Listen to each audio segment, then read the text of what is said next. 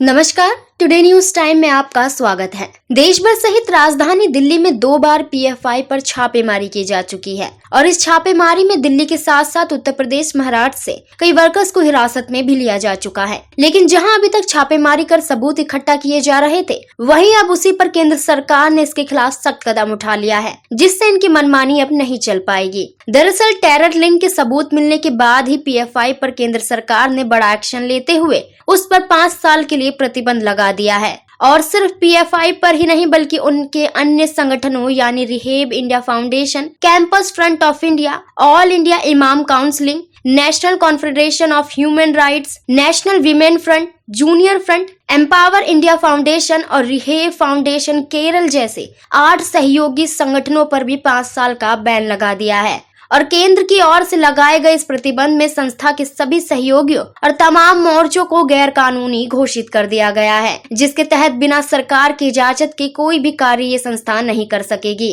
आपको बता दें कि इस संगठन पर पहले से ही बैन की मांग हो रही थी, मगर एनआईए, ईडी की ताबड़तोड़ छापेमारी और पुख्ता सबूत मिलने के बाद ही केंद्र सरकार ने ये बड़ा फैसला लिया है। वहीं इसी को लेकर केंद्र सरकार ने जारी एक अधिसूचना में कहा है कि पीएफआई और उसके सहयोगी ऐसी विनाशकारी कृत्यों में शामिल रहे हैं जिससे जन व्यवस्था प्रभावित हुई है। देश के संवैधानिक ढांचे को कमजोर किया जा रहा है और आतंक आधारित शासनों को प्रोत्साहित किया जा रहा है और उसे लागू करने की कोशिश की जा रही है। समाज के एक विशेष वर्ग को कट्टरपंथी बनाने की लगातार कोशिश हो रही है। इसलिए केंद्र सरकार ने पीएफआई की गतिविधियों को देखते हुए उसे और उसके सहयोगियों या मोर्चों को तत्काल प्रभाव से गैर कानूनी संगठन घोषित कर 5 साल का प्रतिबंध लगा दिया है। जानकारी के लिए बता दें कि देश में कई हिंसा, दंगे और हत्याओं में पीएफआई का नाम आता रहा है। उत्तर से लेकर दक्षिण भारत तक जब भी कोई बड़ा कांड होता है, शुरू से ही विवादित इस संगठन पीएफआई को जिम्मेदार ठहराया जाता है।